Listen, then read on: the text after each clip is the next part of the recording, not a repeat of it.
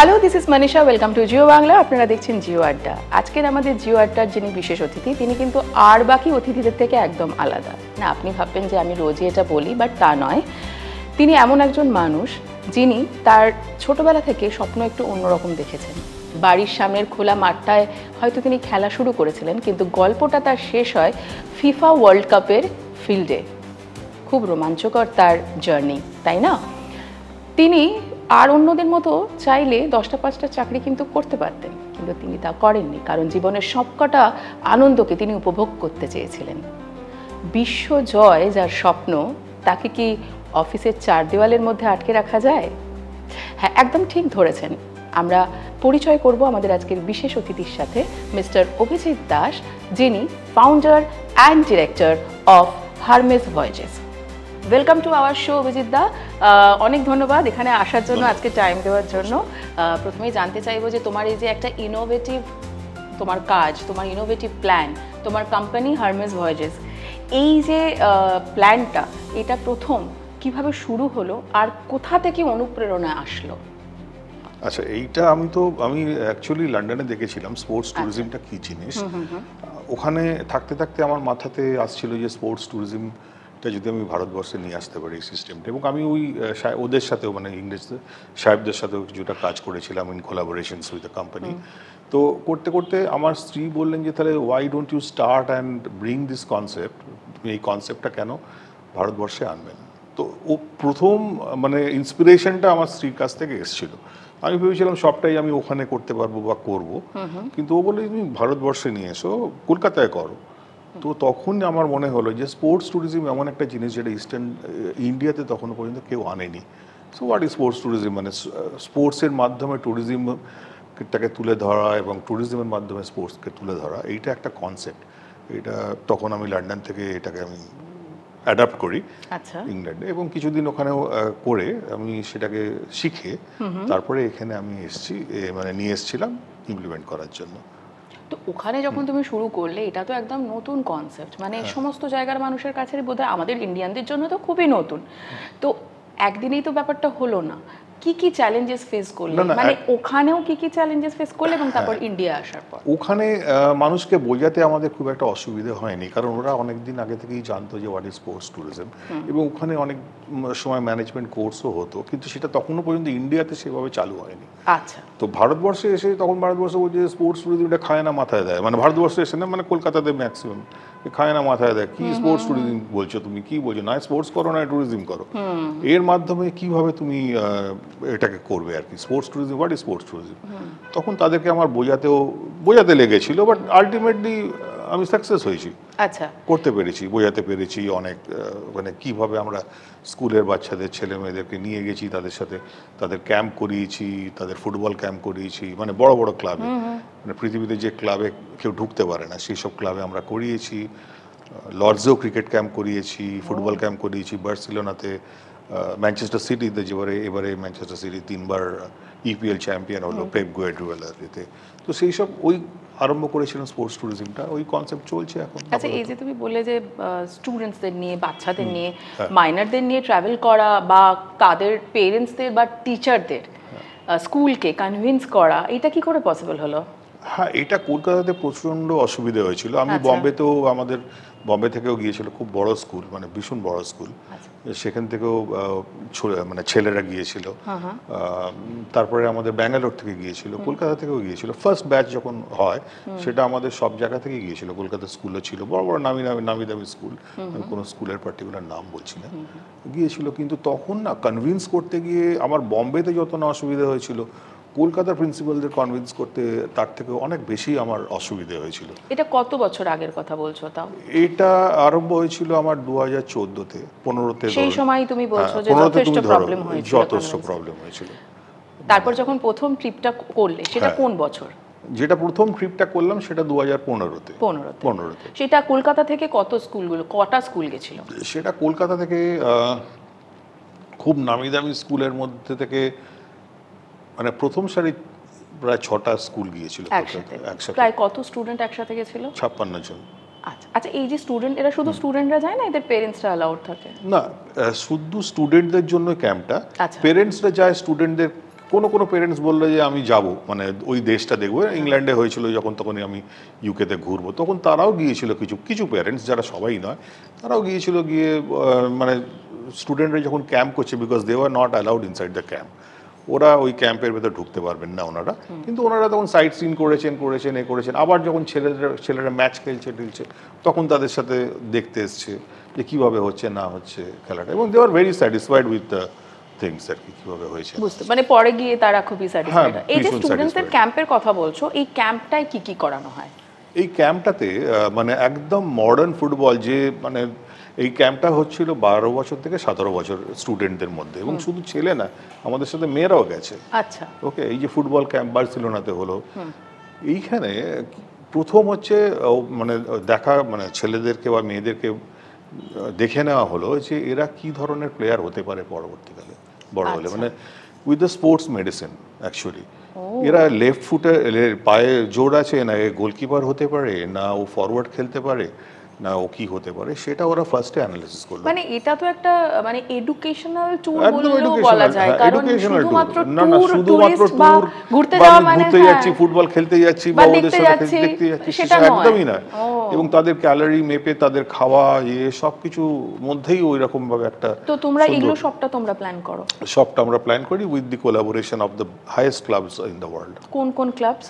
যে বললাম, ম্যানচেস্টার সিটির সাথে আমরা করেছি, বার্সেলোনার সাথে পরবর্তীকালে দুটো ক্যাম্প করেছি, আচ্ছা আচ্ছা আচ্ছা আর লর্ডস ক্রিকেটে করেছি। আচ্ছা, এদের সাথে। বুঝতে পেরেছি। কিন্তু এই ট্যুরগুলো তো এত সহজ নয় ব্যাপারটা অ্যারেঞ্জ না, করা। তো এই ট্যুরগুলো প্ল্যান করতে গেলে কি কি জিনিস তুমি মানে মনে করবে যে মাথায় রাখাটা খুব দরকার? হ্যাঁ, প্রথম হচ্ছে কি যে এই ট্যুরটাকে প্ল্যান করতে গেলে আগে দেখতে হবে যে ছেলেটা, মানে এইখানকার ছেলেদের মধ্যে বা মেয়েদের মধ্যে খেলার ইন্টারেস্ট আছে কিনা। কারোর হয়তো অনেক আছে, পয়সা আছে বলে আমি চলে যাব, সেরকম ভাবে আমরা ওটাকে করি না। ইংল্যান্ড থেকে মানে আমার খুব ঘনিষ্ঠ, মানে খুব ভালো বন্ধু ইংল্যান্ডে, যেটা ড্যারেন বার্নার্ড, সে হচ্ছে মানে চেলসি প্লেয়ার, মানে চেলসি খেলেছে, এবং রায়ান গিগসের সাথেও সে খেলেছে, আইরিশ ইন্টারন্যাশনাল আয়ারল্যান্ডে। তো সে এবং তার আন্ডারে কিছু মানে 2-3 জন ওয়েফার সার্টিফাইড কোচেস আছে, তারা এসে তারা প্লেয়ারদেরকে চুজ করে যে না, এর মধ্যে এ খেলতে পারবে বা ওকে নিয়ে নেওয়া যেতে পারে।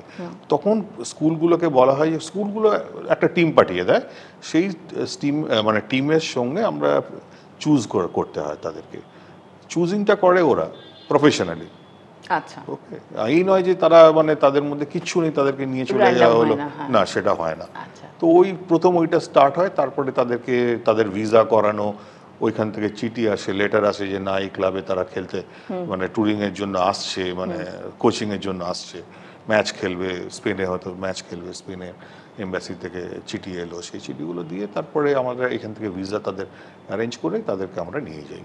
তো তোমার কাছ থেকে জানতে পারলাম যে 2015 থেকে অ্যাক্টিভলি তুমি এই ট্যুরটা প্ল্যান করছো ইন্ডিয়া থেকে, প্রায় 10 বছর হয়ে গেছে। এর মধ্যে যে এতগুলো ট্যুর তুমি প্ল্যান করেছো, তার মধ্যে তোমার পার্সোনাল কোনটা পছন্দের ট্যুর ছিল, যে করার পর মনে হয়েছে যে আমি খুব স্যাটিসফাইড এটাতে? ভীষণ একটা ডিফিকাল্ট ট্যুর ছিল। আচ্ছা, আমারই মানে আমাকে আমার ভীষণভাবে, মানে আমার ফ্রেন্ড ফিলোসফার গাইড বলতে পারেন, আমাকে একদিন ফোন করলেন যে অভিজিৎ, আমরা জকমক যাব, তুমি অ্যারেঞ্জ করো। আচ্ছা, জকমক কি, কোথায় আমি জানতাম না, মানে কি খায় না মাথায় দেয় তাও তো বুঝতে পারছি না, what is Jokkmokk, where it is, কিছু বুঝতে পারছি না, কেন যাব আমরা তাও জানি না। তুমি অ্যারেঞ্জ করো, ওখানে ওটা দুর্দান্ত একটা ইউনিক ব্যাপার আছে, যাবো। মানে ভারতবর্ষ থেকে কেউ যায়নি, মানে আমি অনেক আমার কন্টেম্পোরারি যারা মানে ট্যুরিজম করে বড় বড় কোম্পানিতে, তাদের মানে ম্যানেজিং ডাইরেক্টর, সিইওদের জিজ্ঞেস করলাম, বলে আমি শুনিনি, তুমি পাগলামি করো না, জানি না এটা। হয়ে গেল। এইবার আমি ইনসিডেন্টালি পার্ক স্ট্রিট দিয়ে হাঁটছি, ফ্লুডিসদের সামনে বা ওইখানটা একটা কর্নারে বেশ কিছু ম্যাগাজিন আর বই নিয়ে বসে। তো ওই আমার অভ্যেস, তো ওই মানে ভ্রমণ, মানে ট্যুরিস্ট, মানে ট্যুর সম্বন্ধে এগুলো তুললাম। ওইখানে একটা ন্যাশনাল জিওগ্রাফি বইতে আমি পেলাম যে ওয়্যার ইজ জকমক। আচ্ছা, ওকে, তো লুলিয়া বলে একটা জায়গা আছে সেখানে। না, ওটা কেন যাব, ওটা যাব হচ্ছে সামি ট্রাইব, যে ট্রাইবটা প্রায় এক্সটিংক্ট হয়ে গেছে, যেটা স্ক্যান্ডিনেভিয়ান এরিয়াতে এখনো পর্যন্ত আছে এবং ঘোরাফেরা করে। তাদের একটা ফেয়ার হয় প্রত্যেক বছরে ফেব্রুয়ারি মাসে, দ্যাট ইজ 415 বছর ধরে হচ্ছে। আমরা 415 বছর ধরে ওই ফেয়ারটা প্রত্যেক মানে ফেব্রুয়ারিতে 5 থেকে 11 মধ্যে ওটা হয়। এবং ওই ফেয়ারটা মানে what is the USP of that fair হচ্ছে ওই ফেয়ারটা পুরো ফ্রোজেন ফেয়ার, মানে ওই -25 ডিগ্রি মধ্যে 25 থেকে আরম্ভ করে কোথায় উঠে যায় টেম্পারেচার কেউ জানে না। তো ওইখানে পুরো বরফের ওপর ওই সামি ট্রাইবরা প্রত্যেক দিন তাদের তাদের মানে ওই যা যা জিনিস তারা তৈরি করেছে, মানে রেইনডিয়ার্স অ্যান্ড অল এভরিথিং, তাদের হাতে বোনা। এটা কোন দেশে? এটা হচ্ছে সুইডেনে। সুইডেনে, আচ্ছা। এটা দেশটা হচ্ছে সুইডেন। সুইডেনের আর একটা জায়গা হচ্ছে লুলিয়া বলে, লুলিয়ার থেকে আরো যেতে হবে, মানে আর্টিক সার্কেল ক্রস করে। সেটা হচ্ছে আপনার তোমার হচ্ছে সেটা ওই জকমকে হচ্ছে 415 বছর এখনো স্টিল হচ্ছে, 415 বছর ফেয়ারটা আমরা অ্যাটেন্ড করলাম। সেটা উইচ ইজ হিউজ, মানে এইটা তখন মানে ওইভাবে বার করা, তার করা, মানে সমস্ত প্ল্যানিং করে আমরা সবাই মিলে গেলাম। আমরা যেদিনকে আমরা লুলিয়াতে প্লেন থেকে নামছি, এয়ারপোর্ট কোথাও দেখতে পাচ্ছি না কিছু, পুরো বরফে ঢাকা। ছোট এয়ারপোর্ট, একদম ছোট এয়ারপোর্ট, মানে ফুল বরফ, মানে প্লেনটা কোথায় নামবে জানি না। মানে সে প্লেন তো নামলো, নেবে যখন আমরা এয়ারক্রাফট থেকে বেরোলাম, আমাদের পা এতকারি করে ডুবে যাচ্ছে বরফে। বাপরে, মানে এটা কতজনকে নিয়ে গেছিলেন? এটা আমাদের প্রায় 14 জন গিয়েছিলাম আমরা। এই 14 জনের মধ্যে তো বিভিন্ন বয়সের লোকজন আছে। হ্যাঁ, তাহলে তো তাদের নিয়ে খুব মুশকিল, এরকম বরফের একটা জায়গা, মানে যেখানে। ওটা আমরা একটুখানি স্টাডি করে নিয়েছিলাম। প্রত্যেককে বলেছিলাম যে তাদের মানে ইকুইপমেন্টস, মানে garments should be very nice. মানে আমরা তখন স্টাডি করে দেখলাম যে মানে ওই লেয়ার্স বলে না, ওই লেয়ার্স নিয়ে যাওয়া, পরা এবং ওই প্রপার বুটস। এবং আমার ক্ষেত্রে অভিজ্ঞতা হচ্ছে যে আমি কলকাতাতে বা ইন্ডিয়াতে কিনতে পাইনি। আমাকে আর আমার আর এক বন্ধু, সে আমার সাথে গিয়েছিল, আমরা নেপালে গেলাম, গিয়ে নর্থ ফেসের জিনিস নেপাল কাঠমান্ডু থেকে নিয়ে এলাম, যে ওইটা না পড়লে মানে ওইটা আমি ইন্ডিয়াতে পাইনি। কাঠমান্ডুতে আমাদের যেতে হলো, কাঠমান্ডু থেকে গিয়ে আমরা ওই বুটস, তারপরে ওই জ্যাকেটস অ্যান্ড অল এভরিথিং সেটা ওখান থেকে নিয়ে চলে এলাম আমরা। ওইটা যাবো, ওখানে নামার পরে যখন আমাদেরকে ওখানকার লোকাল লোক রিসিভ করলো, তো ওরা খুবই অবাক হয়ে গেছে, এবং আমাদের মধ্যে মেয়েরাও ছিল। আচ্ছা, ঠিক আছে। সো তারাও খুব এক্সাইটেড তারা। এবং আমরা যেদিনকে নামলাম সেদিনকে প্রথম সূর্যটা উঠেছে। মানে সেই হিসেবে আমরা ইন্ডিয়া থেকে বোধহয় তোমরা সূর্য নিয়ে গেছো, সেটাই ওদের ইয়ে ছিল যে তোমরা লাকি, তোমরা লাইতে নিয়ে এসছো। এবং ওই ট্যুরেতেও আমরা আর একটা জিনিস অ্যারেঞ্জ করেছিলাম, chasing of the northern lights. ও বাবা, ওই নর্দার্ন লাইটসটা দেখার ব্যাপার, সেটাও আমাদের খুব মেটিকুলাসলি আমাদের প্ল্যান করতে হয়েছিল। মানে ওই অর্থাৎ অ্যাকচুয়ালি ম্যাগনেটিক মানে ইয়ের মধ্যে হয় তো, ম্যাগনেটিক লাইনস অ্যান্ড অল এতে ফেনোমেনন। তো ওটা নর্দার্ন লাইটস তো টপ করে দেখা যায় না, ওটার জন্য একটা ভাগ্য নিয়ে, ওটা একদম ভাগ্য থাকা চাই। ওকে দিনের পর দিন ওখানে গিয়ে বসে থাকে, লাইন লাগিয়ে কিছুতেই তারা দেখতে পায় না, হঠাৎ করে কেউ একদম। আমরা 3 দিন কাটাবার পরে আমরা আমাদের ধরাই ছিল যে আমরা 4th দিন, যেদিনকে প্রেডিকশন ছিল যে ওই দিনকে হতে পারে ফার্স্ট নর্দার্ন লাইটস। বাবা, আমি শুনে কেমন এক্সাইটেড লাগছে। তারপর কি হলো? তো সেই রাত্রি 12টার সময় আমাদের গাড়ি এলো, 12টা মানে একদম পুরো না অন্ধকার হলে তো সেটা হয় না। তারপর আমাদের কোথায় নিয়ে গেল গাড়ি করে, সব জায়গায় বরফ আর বরফের মানে একদম ডেজার্ট, মানে পুরো বরফ। তো সেখানে আমরা নামলাম, নেমে একটা জায়গায় দাঁড়ালাম। ওরা ওই মিটার দিয়ে দেখলো যে এখানে লাইটিং এটা কীরকম, দেখলো যে এখানটা কোনো চান্সই নেই। আবার আমরা ওই বাসে উঠলাম, বাসে উঠে বাস আর একটা জায়গায় নিয়ে গেল, সেখান থেকে আমরা নামলাম। সেইখানে নেমে আমরা ওয়েট করছি, আস্তে আস্তে শুরু হলো আকাশে ওই ফেনোমেনন, আলোর খেলা। মানে যেন মনে হচ্ছে দেওয়ালি, পুরো আকাশ জুড়ে একটার পর একটা ওয়েভ অফ কালার্স চেঞ্জ হচ্ছে, ওয়েভ অফ চেঞ্জ হচ্ছে। সেটা আমার কাছে আমি জীবনে ভুলবো না। মানে সেটা আমি কেন, আমাদের সাথে যারা গেছে সবার জন্য। এবং আমরা যখন রাত্রে ফিরে এলাম, সেদিনকে আমরা ওখানে বসে বললাম যে আমরা কেউ আর ঘরে ঢুকবো না, মানে আমরা কেউ ঘুমোতে পারবো না। বিলিভ মি মনীষা, আমরা কেউ ঘুমোতে পারিনি। হ্যাঁ, এখনো পর্যন্ত আমি যখন বলছি, এখনো পর্যন্ত আমার ভেতরে হচ্ছে যে ওই জিনিসটা আমরা দেখতে পারলাম, মানে দেখলাম। সো ওইটা আমার কাছে খুবই ভীষণভাবে আমার মেমোরেবল। আমি মনে হয় না জীবনে ওইটা আমি পাবো বা দেখতে পাবো। মানে স্পোর্টস ট্যুরিজমের সাথে তুমি তো তাহলে অ্যাডভেঞ্চার ট্যুরিজম, ও বাবা, দুটো তিনটে নতুন জিনিস জানতে পারছি পুরো একদম, যেগুলো আমরা শুধুমাত্র বিদেশের ব্যাপারে শুনেছি, সেটা তুমি ইন্ডিয়াতে। আমি তো বললাম না, হারমেস ভয়েজেসের আমরা যেটা করি, আমরা একটু হাটকে করি আর কি। We don't do the normal tourism like this. আমরা নিয়ে যাই মানুষকে, নিয়ে গিয়ে তাদের অ্যাডভেঞ্চার যদি না হয়। এবং মাইন্ড ইট, এরা কেউ খুব একটা অল্প বয়সী লোক নয়, কিন্তু ইটস নট দ্যাট যে খুব অল্প বয়সী ইয়াং ছেলেমেয়েরা যাচ্ছে, ইয়াং ছেলেমেয়েরাও যায়, কিন্তু তাদের সাথে আমাদের সাথে যখন নর্দার্ন লাইটস দেখতে গেছে বা এই জকমকের এই এর মধ্যে গেছে, তখন তাদের 60 বছর 65 বছর বয়সের মানুষজনও গেছে। হ্যাঁ, তাদের জন্য তো স্পেশাল তোমাকে কিছু একটু প্রোটেকশন নিতে হয় বা কিছু, না না, তেমন কি আছে নাকি? না, মোটামুটি তারা খুব কমফোর্টেবল ছিল এবং তারা ফিটও এনাফ, তারা খুব কমফোর্টেবল ছিল। কারণ ঘন্টার পর ঘন্টা ওই -25 ডিগ্রিজ থেকে আরম্ভ করে যখন হয় ওখানে দাঁড়িয়ে থাকা, আর মোস্টলি ওটা বোধহয় রাতে তো হয় নাকি দিনের, মানে অরোরা বোরেলিসটা রাত্রে হয়, রাত্রে হবে, ওটা চেজ করতে হয়। মানে একটা জায়গায় হয়তো ভালোভাবে হবে না, আর একটা জায়গাতে ভালোভাবে হবে। হ্যাঁ, ওইখানে লোকাল একজন আছে আমাদের সাথে, এখনো তাদের সাথে আমাদের যা কাজ হয়, তারা আমাদেরকে বলেছিল যে দেখো আমরা তুমি যদি ধরে নাও যে ফার্স্টেই সাইটিং হবে, সেটা হয়তো নাও হতে পারে, কিন্তু আমরা খুব লাকি। এরপরে আমরা আরেকজনদের পাঠালাম, কলকাতারই একটা খুব নামি ফ্যামিলি, তারাও গেল। তারা এই এপাস দিয়ে গেল, কি বলে রোভেনেমি দিয়ে, এদিক দিয়ে ফিনল্যান্ড দিয়ে, তারাও গিয়ে নর্দার্ন লাইটস দেখেছে, তারাও খুব লাকি। এবং আমরা যে স্পোর্টস ট্যুরিজম থেকে যেটা আরম্ভ করলাম, অ্যাডভেঞ্চার ট্যুরিজম, এই বাল্টিক সি পুরো ফ্রোজেন হয়ে যায়, ঠিক আছে। এবার ওইখানে জাহাজে করে আইস ব্রেকিং মানে আছে, শিপস আছে, সেই শিপ নিয়ে চলে যায় বাল্টিক সিতে, নিয়ে গিয়ে ওখানে কিং ক্র্যাব ধরে তুমি ধরতে পারবে, এবং ওখানে প্রনস ধরে ওখানে খাওয়া থেকে এবং তুমি যদি এসে রাত্রিবেলা থাকো ইগলুতে, you can see the things, মানে এতে এই ধরনের ট্যুর আমরা অ্যারেঞ্জ করি। দারুণ এক্সাইটিং। আমি বলছি যে এই যে তারপর তুমি বলছিলে না যে ওখানে এক বিশেষ ট্রাইবের ব্যাপারটা, যে তাদের মেলাটা 415 বছর ধরে হচ্ছে, সেটা নিয়ে আমাকে একটু বলো। কি ধরনের মেলায় কি কি জিনিস পাওয়া যায় তাদের? এই যে কফি কাপ, এই যে কফি কাপটা, এই কফি কাপটা পুরো রেনডিয়ারের বোনস দিয়ে আছে। ওকে, বোনস দিয়ে এরা তৈরি করে। স্পুন খুব সুন্দর দেখতে, কিন্তু রেনডিয়ারের হর্নের এ দিয়ে তৈরি হচ্ছে। এবারে রেনডিয়ারের স্কিন, ওটা খুব ওয়ার্ম অ্যাকচুয়ালি। রেনডিয়ারের স্কিনের যে জ্যাকেট, সেই জ্যাকেট ওরা তৈরি করে, 1 বছর ধরে ওরা তৈরি করে, এই মেলাতে হয়। এই মেলাতে কিন্তু মাইন্ডেড মনীষা শুধু মানে অল্প লোক আসে না, 50,000 লোক গোটা পৃথিবী থেকে আসে, 50,000। কিন্তু ভারতবর্ষ থেকে বেশি লোক জানে না। হ্যাঁ, সো 50,000 লোক প্রত্যেক বছর এই ফেয়ারটা দেখতে আসে, এই সামি ট্রাইবটা। আর একটা সুন্দর জিনিস আছে, ঠিক 12টা যখন বাজে না, রেনডিয়ারের বেল আরম্ভ হয়ে যায়, এবং রেনডিয়ার একটা প্যারেড করে।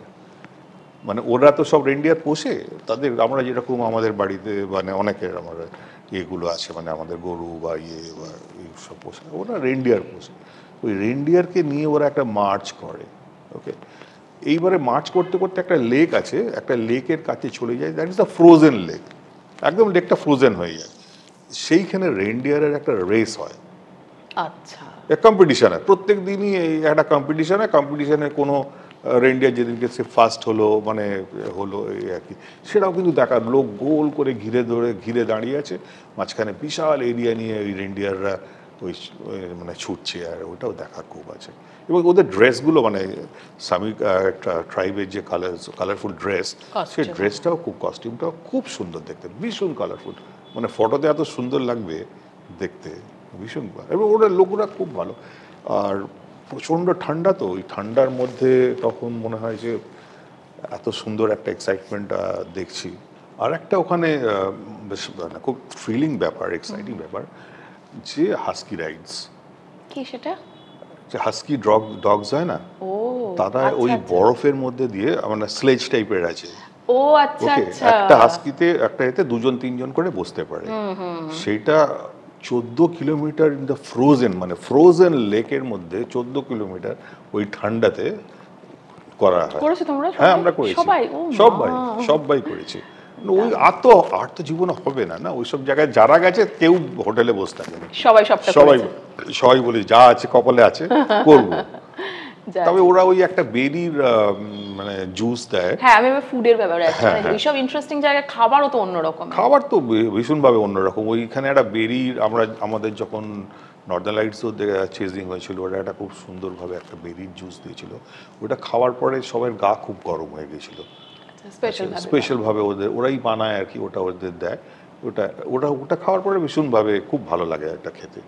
মানে মানে ওই টাইমে অ্যাকচুয়ালি এমনি তো আমরা কফি টফি খেয়েছি বা খাচ্ছি ওখানে, সেটা তো আলাদা কথা, কিন্তু এই বরফের মধ্যে তুমি যদি ঘন্টার পর ঘন্টা থাকো তখন মনে হবে যে এরকম। আর জায়গায় জায়গায় ওই যে এই ফেয়ারটা হয় না, তখন জায়গায় জায়গায় এরকম আগুন ওরা জ্বালিয়ে রাখে কাঠের এতে, আমরা গিয়ে ওই পা ফা শুদ্ধ তুলে দিচ্ছি অ্যাকচুয়ালি। কিন্তু বরফে তো দাঁড়াতে পারছি না, যতই ভালো জুতো পরি, যতই নিয়ে যাই, অতক্ষণ তো বরফে মনে হচ্ছে পা মনে হচ্ছে ফ্রোজেন হয়ে যাচ্ছে। তখন আমরা একটুখানি করে গরম করে নিচ্ছিলাম। আর খাবার আর একটা খুব ইন্টারেস্টিং খাবার আছে, যেটা হচ্ছে রেন্ডিয়ার মিট, মানে ওরা ওটা ওই বাবিকিউ করে দেয় ওই মিটটা, এটা ওইখানে ওই মেলাতে, সেটাও আমরা খেয়েছি, খুব মজার ওটাও খাওয়া, খুব ইন্টারেস্টিং। মানে দারুণ, এটা এই ধরনের লাইফ টাইম মানে একদম এক্সপিরিয়েন্স যাকে বলে। আর কোনো পলিউশন নেই তো ওই জায়গাতে। আর একটা ওখানে আছে যেটা আমরা যখন লুলিয়াতে গেলাম, যেটা কখনো ভাবিনি যে দেখবো ওইখানে, সেটা হচ্ছে যে আমরা আমাদের গাড়িতে থামলো, যে ড্রাইভার আমাদের মানে যিনি শফার অ্যাকচুয়ালি, উনি বলে তোমাদের একটা জায়গায় নিয়ে যাচ্ছি ভেরি তো আমরা ভাবছি যে কি আর একটা জায়গায় কোথায় যাচ্ছি দেখি, লেটস গো অ্যান্ড সি ইট। বলে আমাদের একটা গেট অবধি মানে একটা জায়গা অবধি নিয়ে গেল, বরফ টরফ চতুর্দিকে পড়ে আছে, বলে দেখো দিস ইজ আ এরিয়া, এই এরিয়াতে ভেতরে কী আছে জানো? না কী করে জানবো কী আছে?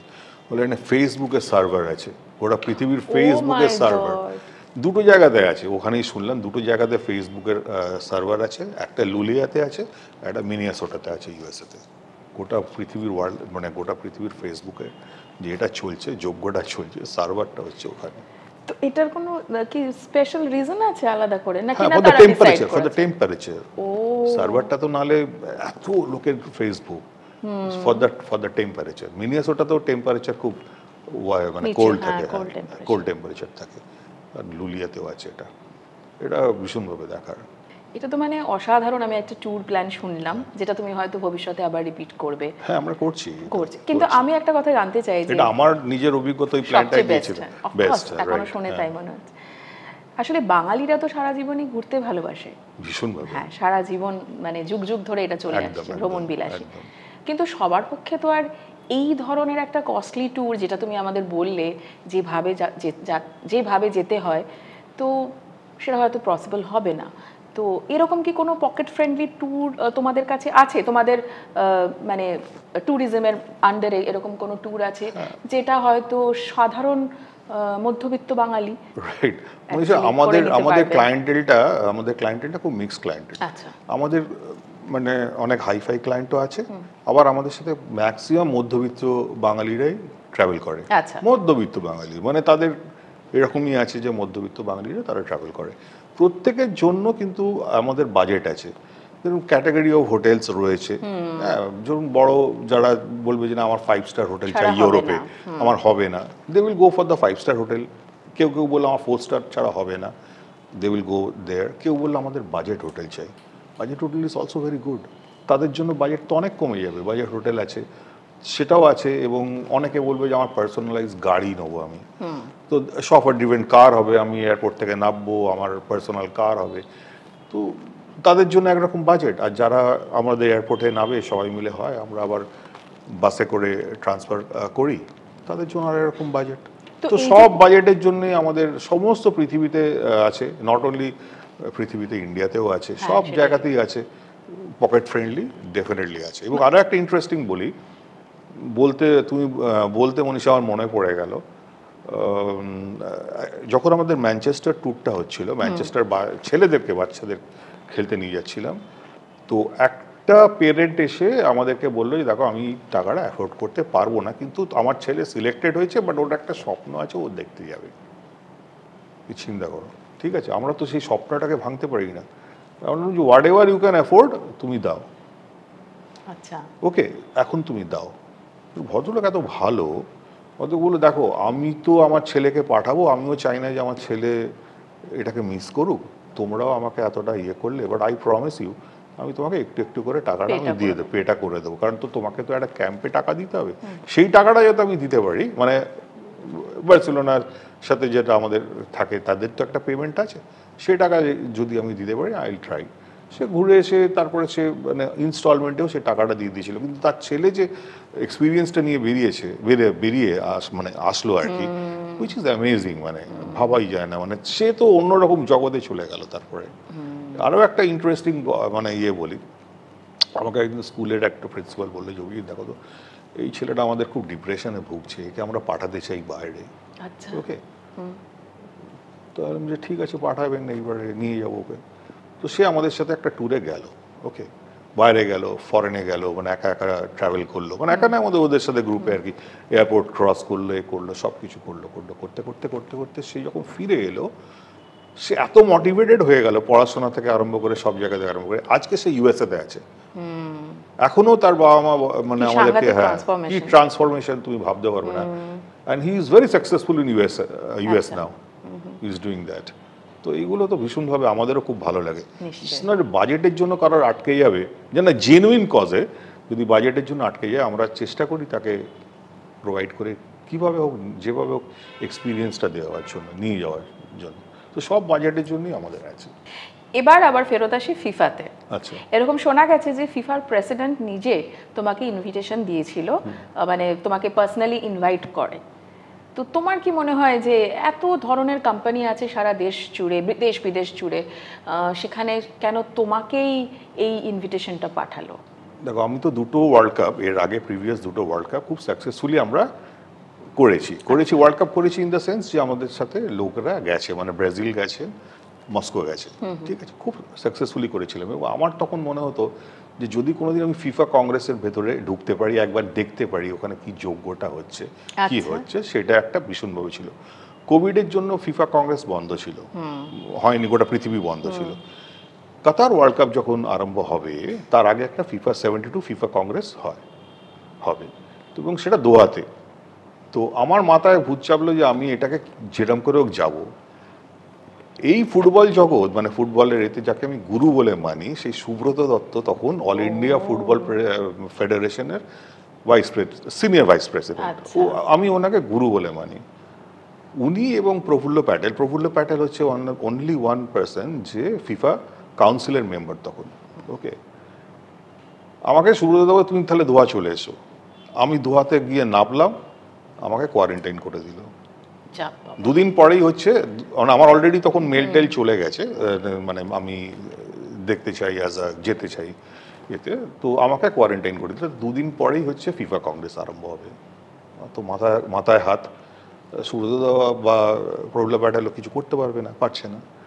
তখন আমি অনেক ওদের সাথে কথাবার্তা বলে আমাকে একটা দিন কোয়ারেন্টাইনে রাখলো, বলে যদি তোমার টেস্ট মানে হয়, নেগেটিভ হয়, তুমি ডেফিনেটলি যেতে পারবে। আমি তো জানি আমার নেগেটিভ হবে, কারণ আমি তো এখান থেকে অলরেডি করিয়ে গেছি, আমি তো এয়ারপোর্ট থেকে ক্রস করে গেছি। তো ওখানে নেমেছি, বলো আমাদের প্রোটোকল অনুযায়ী আমরা তোমাকে রাখবো। বাট আমি যখন বললাম আমার ফিফা কংগ্রেস আছে, ফিফাতে আমি হয়তো আমাকে যেতে হতে পারে, যাই হোক, হোয়াট এভার ইট ইজ, বরফ গললো, মানে এটা ঠাকুরের অনেক আশীর্বাদ।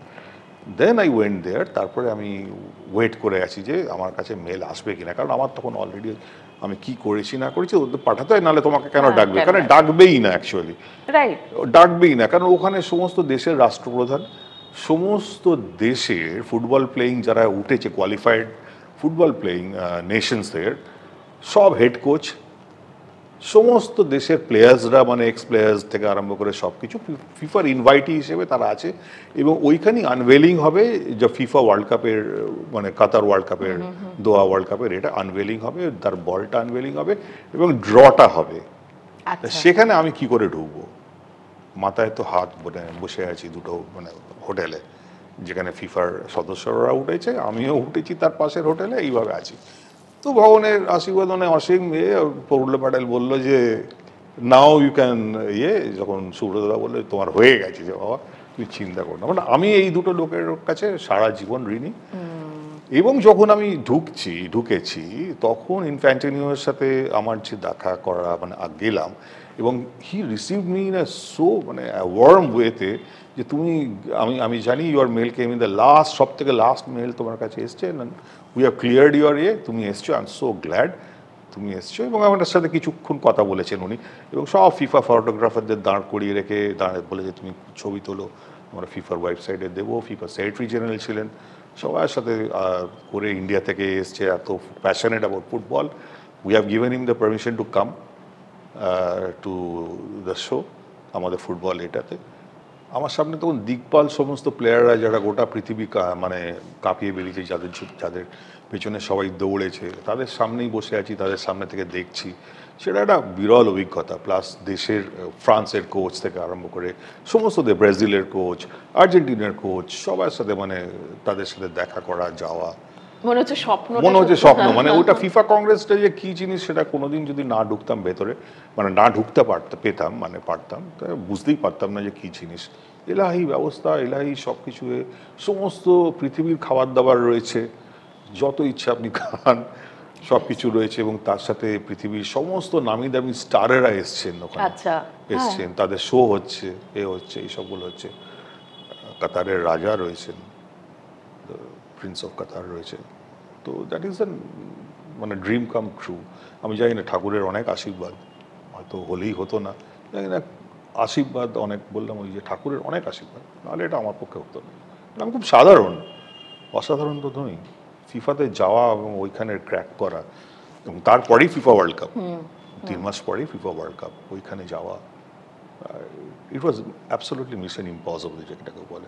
এখনই তাহলে আমি এটা জানতে চাইবো যে তুমি যখন ফিফা নিয়ে এত কিছু বললে, তুমি এত কিছু প্ল্যান করো, একটু আগে আমাদের কথা হচ্ছিল যে কেউ যদি ওয়ার্ল্ড কাপ দেখতে যেতে চায় কোনো কান্ট্রিতেই, বা নেক্সট ওয়ার্ল্ড কাপ যেটা হবে, তো সেটা এমনি সে সেই কান্ট্রিতে গিয়ে এমনি চলে যেতে পারে না, থ্রু কোনো এজেন্সি, মানে তোমাদের মতো কোনো এজেন্সির থ্রু দিয়ে যেতে হবে যারা ওখানে গিয়ে দেখতে চায়।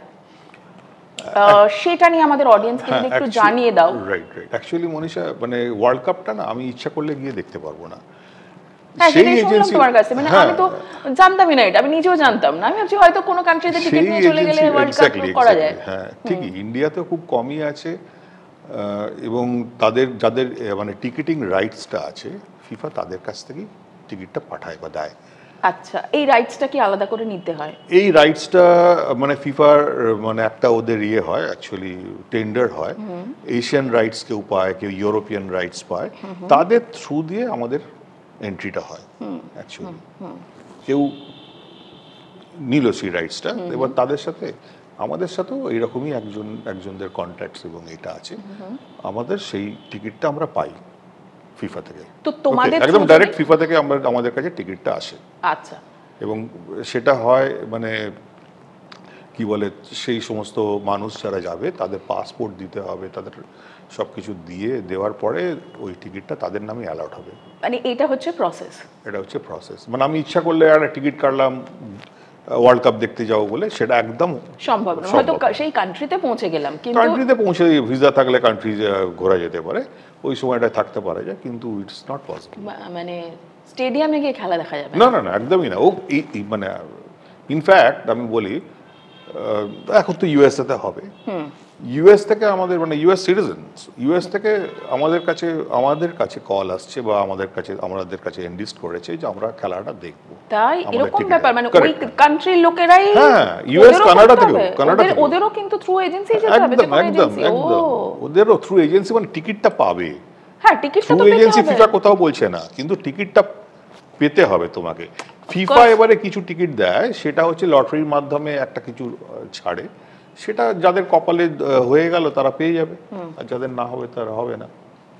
এইটাই প্রত্যেক কান্ট্রিতে। অ্যাকচুয়ালি ইন্ডিয়া তো ওয়ার্ল্ড কাপ খেলে না, ইন্ডিয়াতে অফিসিয়ালি খুব কম টিকিট আসে। অল ইন্ডিয়া ফুটবল ফেডারেশনকে হয়তো 200-250 কি 150টা টিকিট ফিফা পাঠায় অফিসিয়ালি, বাদ বাকি তো আর এত লোক চায়, যেতে পারবে না। তো তাহলে যে তুমি যে এত ট্যুর করো, তাহলে তুমি কি বলতে চাইছো যে ট্যুরগুলোর মধ্যে ক্রিকেট না ফুটবল, কোন ট্যুরে মানে আমাদের ভারতীয়দের উৎসাহ বেশি? এইটা তো খুব ডিফিকাল্ট, মানে যে যার স্পোর্ট, মানে যেটাকে সাপোর্ট করে, পছন্দ করে, তার সেটা। তবে ফুটবল নিয়ে কলকাতার মানুষদের মধ্যে প্রচণ্ড ক্রেজ থাকে। এই যখন ওয়ার্ল্ড কাপ আসে, বা ইউরো কাপ হয়, কিংবা চ্যাম্পিয়ন্স লিগ হয়, তো আমাদের কাছে এরকম প্রচুর মানুষের কাছে মানুষ আসে যে আমাদেরকে টিকিট দাও, আমরা সেটা দেখতে যাব। আমরা ইউরো করি, চ্যাম্পিয়ন্স লিগও করি, আমরা ওয়েফারও টিকিটিং আমাদের কাছে আসে, আমাদের কাছে রাইটস আছে, সেটাও আমরা করি। উইম্বলডনও অনেকে দেখতে যেতে চায়, উইম্বলডনও আমরা করি। সো এবারে মানে বিভিন্ন লোকের কাছে বিভিন্ন রকম তাদের চাহিদা থাকে, তাদের ইন্টারেস্ট থাকে। তবে আমার অভিজ্ঞতাতে আমি যতটা দেখেছি, আমাদের কাছে ফুটবলটাই ম্যাক্সিমাম লোকে দেখতে যেতে চায়। সেটা শুধু কলকাতা না, বাইরের না সব জায়গা থেকে, মানে পুরো ইন্ডিয়ার বিভিন্ন শহরে, না গোটা ওয়ার্ল্ড থেকে আসে আমাদের কাছে। আমাদের কাছে লন্ডন থেকে, ইংল্যান্ড থেকে আমাদের ক্লায়েন্ট আমাদের থেকে টিকিট নেয়, ইউএস থেকে তো বললামই আছে, দুবাই থেকে আছে, না সব জায়গা থেকে আছে। আচ্ছা, মানে বেশি তুমি বলছো বেশি তো মানুষ ফুটবলের দিকে একদম। যদি পৃথিবী মানে আমি কলকাতার বাইরে বা ইন্ডিয়ার বাইরে তুমি দেখো, ম্যাক্সিমাম ফুটবলটা ওদের কাছে একটা মানে রিলিজিয়নের মতন। এই যে তুমি বললে যে ফুটবলটা রিলিজিয়ন তাদের কাছে, তো এই যে যখন তুমি এত ধরনের লোককে নিয়ে যাও এত বিভিন্ন জায়গা থেকে, এমন নয় যে শুধু কলকাতা থেকে, তো তোমাদের পুরো প্যাকেজে এরকম কি কোনো ব্যাপার আছে, এরকম কোনো প্ল্যান আছে যেখানে তোমরা ঠিক করে দাও যে তাদের কোন রুলস অ্যান্ড রেগুলেশনস ফলো করতে হবে, কোনো কান্ট্রিতে এক একটা কান্ট্রির এক এক রকমের নিয়ম, সেগুলো বা তাদের কি কোনো বেসিক ট্রেনিং দেওয়া হয় যাওয়ার আগে? হ্যাঁ, যেরকম বলি, তুমি খুব ভালো একটা কোয়েশ্চেন করলে। এই যে মানে এক একটা কান্ট্রির এক একটা রুলস আছে, ওকে। যেরকম ব্রাজিলে মানে ন্যাশনাল ড্রেসই ছিল বিকিনি, ওকে। ওয়ার্ল্ড কাপের সময় ব্রাজিল গভর্নমেন্ট বলল যে দেখো বাবা, মানে ওদেরকে ব্রাজিলিয়ানদের বলল যে অন্তত ওইটা করো না, বাদ বাকিটা ঠিক আছে। সো ওইটা একটা ছিল। রাশিয়াতেও আছে, কিন্তু কনজারভেটিভ নয়, রাশিয়াতেও আছে। যখন কাতার হলো, কাতার কিন্তু স্ট্রিক্টলি বলে দিল যে না, এগুলো চলবে না। তো সেগুলো আমাদেরকে দর্শকদের জানাতে হচ্ছে যে দেখো, তোমরা ওখানে গিয়ে ড্রিঙ্ক করতে পারবে না ওপেনলি, স্টেডিয়ামে মানে ওই সমস্ত করতে পারবে না, কিস করতে পারবে না। ওখানে একটা ভীষণভাবে ছিল। আর কিন্তু ইউরোপিয়ানদের কাছে তো কিসিংটা কোনো ব্যাপার নয়, ওরা তো ওই ফুটবল দেখতে যায়, করতে যায়, মানে কিস ফিস করে, জড়িয়ে ধরে কাউকে করছে, সেটা ওখানে একদম কাতারে স্ট্রিক্টলি নো ছিল। ওদের একটা রুলস ছিল। এবং কাতারে তুমি বাইরে থেকে গিয়ে অ্যালকোহলও নিয়ে যেতে পারবে না। তো এগুলো আমাদেরকে মানে ওদের ক্লায়েন্টসদের, আমাদের যারা খেলা দেখতে গেছেন বা যাবে বলে যাচ্ছে, তাদের কাছে আমাদেরকে এগুলো জানিয়ে দিতে হতো যে এগুলো করবেন না।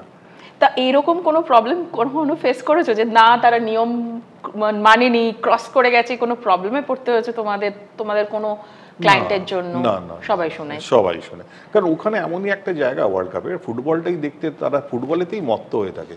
তারা এর বাইরে, হ্যাঁ ফুটবলটা হয়ে গেল, তারপরে বাইরে এতে যেরকম রাশিয়াতে নেভেস্কি স্কোয়ারে মানে ফুটবলের সারা রাত্রি সেখানে উৎসব চলছে।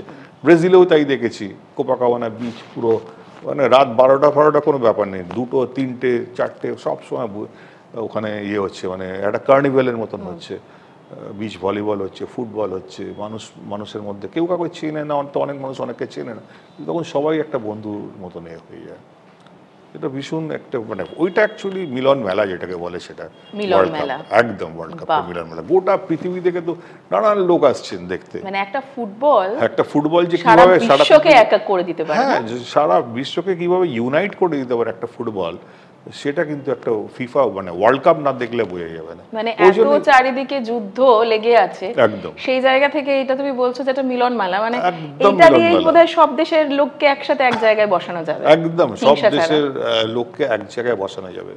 ওখানে পাশাপাশি যে কে বসে আছে না বসে আছে, কোন দেশ বসে আছে, ছেলে মেয়ে নির্বিশেষে। হ্যাঁ, আমরাই তো তাই গেছি যে কোনো ব্যাপার ছিল না, মানে ওখানে ফ্রান্সের খেলা দেখ সমর্থক বসে আছে, আর্জেন্টিনা বসে আছে, আমরা মাঝখানে ইন্ডিয়ান বসে আছি, এরকম একটা মিলন মেলা মধ্যে। এবং সবার মধ্যে তাদের আনন্দ করছে, উচ্ছ্বাস প্রকাশ করছে, যেই যখন বল দিচ্ছে। আমাদের এখানে গ্যালারিতে কি হয়, যদি আমি ভুল করে ইসমাইল গ্যালারিতে ঢুকে যাই, আর যদি মোহনবাগান মানে গোল করে, যদি আমি চেঁচিয়ে উঠি, তাহলে ঝামেলা হবে। প্লাস ইসমাইল গ্যালারিতে গিয়েও যদি আমি এটা, মোহনবাগান গ্যালারিতে গিয়েও যদি আমি ঠিক উল্টোটা করি, তাহলে সেম ঝামেলা হবে। কিন্তু ওখানে ওয়ার্ল্ড কাপ দেখতে গেলে ওটা হয়। এবার বলো যে এত জায়গায় তুমি খেলা দেখেছো বিভিন্ন দেশে, হ্যাঁ, তো তার মধ্যে কোন এমন স্টেডিয়াম যেটা তোমার সবচেয়ে ফেভারিট, যেখানে তুমি বারবার খেলা দেখতে যেতে চাও? কোনটা বাদ দিই, মনে তাও একটা ওয়ার্ল্ড কাপের দিকে যদি আসি, তাহলে আই উইল অবভিয়াসলি সবসময় বলবো যে আমি মারাকানা স্টেডিয়াম, ব্রাজিল। হ্যাঁ, ওদের ক্রেজটাই আলাদা, একদম শহরটার মধ্যে মানে তুমি মানে Copacabana beach and then the Maracana stadium, এই দুটোই মানে 1 লাখের ওপর লোক ধরে, বিভিন্ন রকম র্যাম্প, মানে কেউ যদি ডিসেবলড হয় তারও কোনো অসুবিধা নেই উঠতে, আর ওখানে মানে একটা উন্মাদনা মানে সব সময়। আর তুমি যদি ক্লাব ফুটবল বলো, আমার ক্লাব হচ্ছে ম্যানচেস্টার ইউনাইটেড। আমি সবসময় চাইবো যে যেতাম হয়তো পরের প্রশ্নেতে, আচ্ছা। তুমি নিজেই বললে কেন কেন ম্যানচেস্টার কেন? ম্যানচেস্টার কেন আমি জানি না, লন্ডনে থাকতে থাকতে আমার একটা ইয়ে হয়ে গেছিল যে ম্যানচেস্টার ইউনাইটেড, ছোটবেলা থেকে শুনে আসছি ম্যানচেস্টার ম্যানচেস্টার ম্যানচেস্টার ইউনাইটেড। এটা কি কিছুটা বাঙালিরা একটু বেশি ঝোঁকে তার দিকে, তার জন্য কি ছোটবেলা থেকে? হ্যাঁ, এটাও এরকম একটা ব্যাপার তো থাকে। এবং খুব একটা বিখ্যাত ক্রিকেটার, মানে ইংল্যান্ড ইন্ডিয়াতে খেলেছে, আমার সাথে ইংল্যান্ডে দেখা হচ্ছিল, তার পুত্র, তারাও চেষ্টা করেছিল, মানে তার সাথে যখন কথা হচ্ছিল আমার লন্ডনে, তো ও বলছে দেখো আমি এত ম্যানচেস্টার ইউনাইটেড, তোমার বাবা তো এত বিখ্যাত প্লেয়ার, বলছে তুমি জানো আমাদেরও টিকিটের জন্য আমাদের 1 বছর ধরে ওয়েট করতে হয় ম্যানচেস্টার ইউনাইটেড খেলা দেখতে যাবো বলে। সিরিয়াসলি, আমি নাম করবো না, না মানে এই ধরনের এই দুনিয়ার অনেক কিছু কিন্তু আমরা আজকে তোমার থ্রু দিয়ে জানতে পারছি, কারণ এই যে এত ওয়ার্ল্ড লেভেলের কম্পিটিশন শুধুমাত্র খেলা দেখার জন্য, তাহলে খেলা খেলার জন্য কি হতে পারে? যেটা খেলা খেলার জন্য হতে পারে, বার্সেলোনাতে বসে তুমি একটা এল ক্লাসিকো দেখছো, রিয়াল মাদ্রিদ আর বার্সেলোনা, ফাটাফাটি, মানে তুমি ভাবতেই পারবে না যে কি কোন লেভেলে ওখানে খেলা, তো একটা লেভেলে হচ্ছে, দর্শকদের মধ্যে কোন লেভেলে উত্তেজনা। এবং বার্সেলোনাতে যেটা আছে বা মাদ্রিদে যেটা, আমি দুটো জায়গাতে দুটো স্টেডিয়ামই গেছি, দেখেছি, দুটোতেই ইকুয়ালি। তবে আমার মনে হচ্ছে যে মানে বার্সেলোনাটা যেন আরো বেশি মানে ভাইব্রেন্ট অ্যান্ড আরো বেশি কালারফুল। আর রিয়াল মাদ্রিদ তো সেই দিক থেকে অর্থে খুবই ভালো, মানে খুবই হয়তো উত্তেজনা থাকে, কিন্তু ওরা না একটুখানি ক্লাসি। রিয়াল মাদ্রিদের সাপোর্টাররা একটুখানি অ্যাবাভ, মানে অ্যাভারেজ, একটু ক্লাস আছে ওদের, আছে। ইনফ্যাক্ট আমি যখন মাদ্রিদে ফার্স্ট টাইম নেমেছিলাম, তখন যে ট্যাক্সিওয়ালাটা, আমি তখন বললাম যে রিয়াল মাদ্রিদে যাব আমি, আমাকে তুমি ওখানে ছেড়ে দেবে, নিয়ে যাবে। কেন আমাকে ঘুরিয়ে ফিরিয়ে বলছে যে না তুমি চলো আমাদের অ্যাটলেটিকো ডি মাদ্রিদে। বললাম ভাই তোমাকে তো বলছি I will go in Real Madrid, আমার ওখানে কাজ আছে, আমি ওখানে যাবো।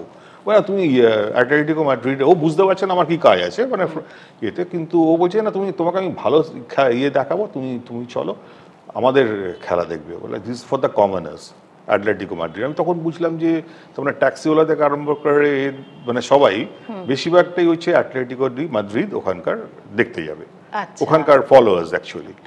কিন্তু রিয়াল মাদ্রিদ হচ্ছে গোটা পৃথিবী কাঁপানো একটা ক্লাব, কে না খেলেনি ওই ক্লাবে, রোনাল্ডো তো ওখানে মানে কি বলবো কাঁপিয়ে দিয়ে গেছে, এতগুলো মানে ট্রফি জেতা, এতগুলো জেতা। তো এইটা আমি ওখানে দেখেছিলাম আছে। এবং বার্সেলোনা, যেটা আমি ফিরে আসি যে স্টেডিয়াম হিসেবে, Barcelona stadium is huge huge. তুমি দেখলে যে খেলা আর 5 মিনিট আছে, 5-6 মিনিট আছে, স্টেডিয়াম ফাঁকা, তুমি বিশ্বাস করবে না 1 মিনিট বাকি আছে, তুমি যেই চোখ ফেরাবে না দেখবে গোটা স্টেডিয়াম ভরে গেছে, একদম ভরে গেছে, রাইট, একদম ভরে গেছে। আর ওই মেসি কে দেখা ওইখানে সামথিং। আমার জীবনের অনেকগুলো ভালো খেলা আমি দেখেছি, যেটা তো কাতার ওয়ার্ল্ড কাপে তো আমি দেখেইছি, ওটা ফাইনালসটা, যেটাতে হাড্ডাহাড্ডি লড়াই, এমবাপ্পের ওই কামব্যাক আর ফ্রান্সের ওই কামব্যাক আর মেসির ওই খেলা।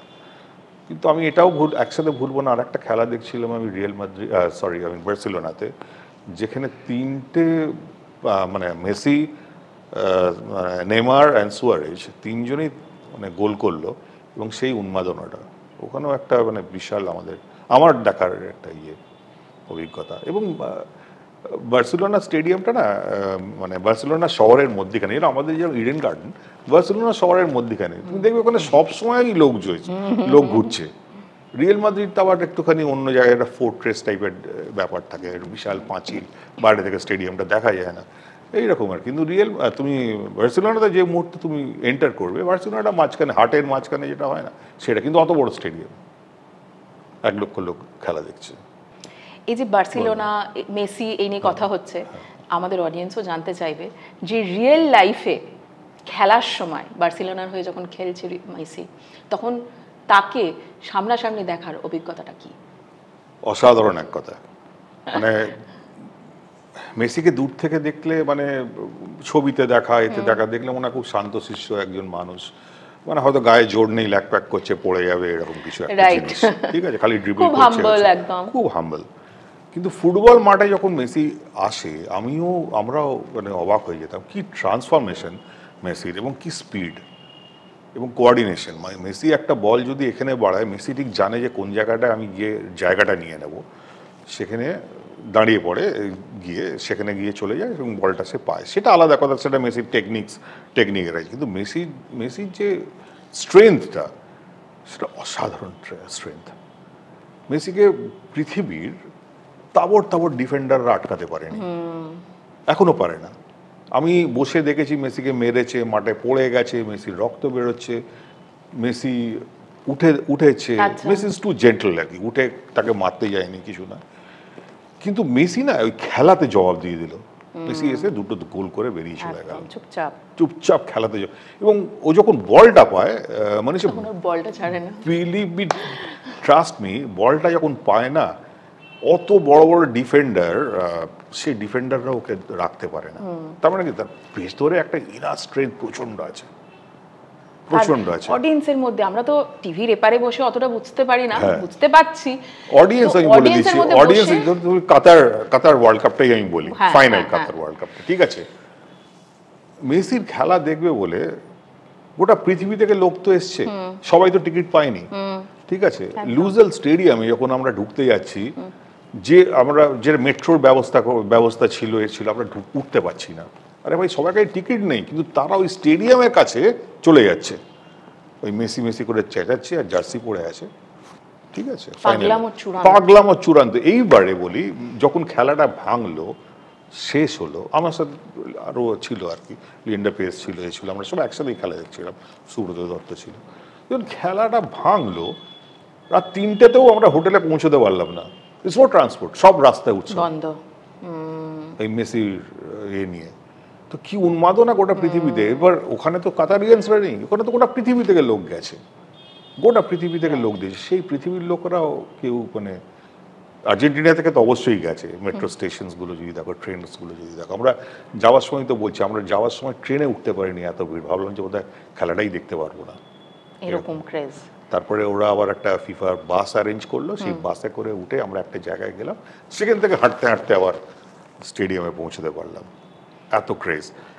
সিমিলারলি বার্সেলোনাতে আমি একটা খুব ছোট্ট এক্সাম্পল দিয়ে এটা বলতে পারি।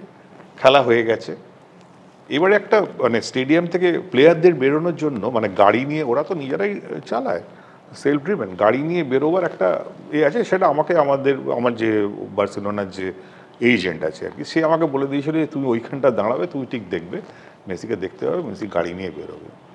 আমার সাথে আরও দুজন ছিল, ঠিক আছে, আমি চল মেসিকে দেখাবো তোকে, মানে আমার খুব হচ্ছে এক্সাইটমেন্ট।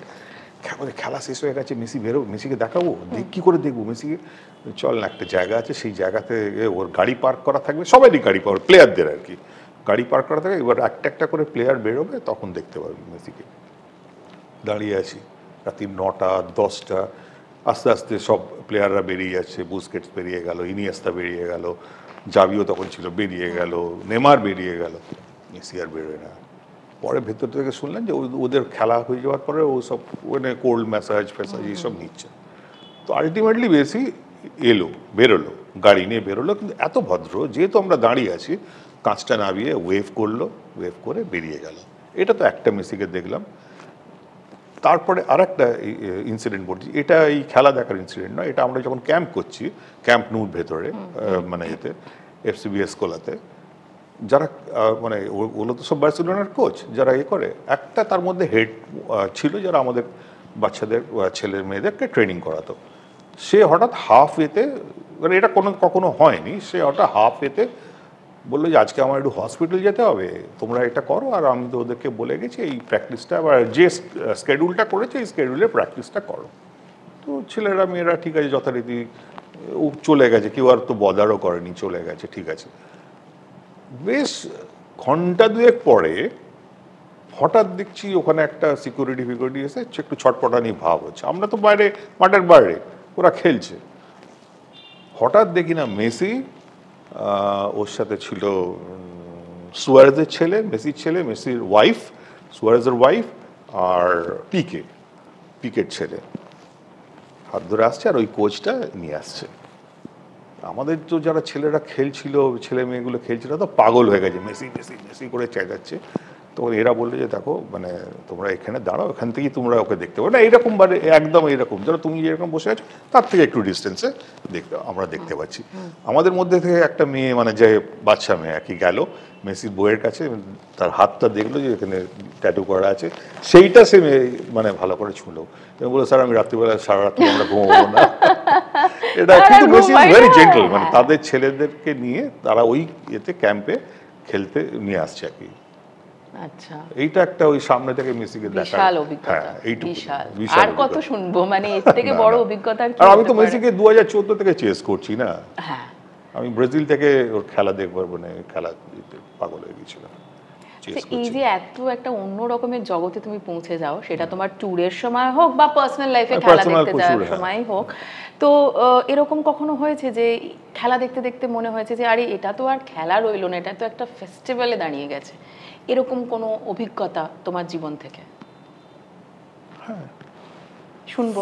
ফেস্টিভ্যাল বলতে দেখো, আমি শুধু ওয়ার্ল্ড কাপ বলছি না, আমি এমনি ধরো একটা, এই যে ম্যানচেস্টার ইউনাইটেড যখন আমরা খেলা দেখি তখন না মনে হয় একটা ফেস্টিভ্যালের মতন, মানে ওই যে স্যার অ্যালেক ফার্গুসনের যে লেনটা আছে ম্যানচেস্টার স্টেডিয়াম থেকে বেরিয়ে, দুপাশে মানে ফুড ভেন্ডার্সরা বসে থাকে, তারপর তার স্কার্ফ বিক্রি হচ্ছে, তার নানান রকম বিক্রি, সেটা সব স্টেডিয়ামেরই বিক্রি হচ্ছে। আর ম্যানচেস্টারে কি হচ্ছে, একদম স্টেডিয়ামের কাছে হচ্ছে, ঠিক আছে।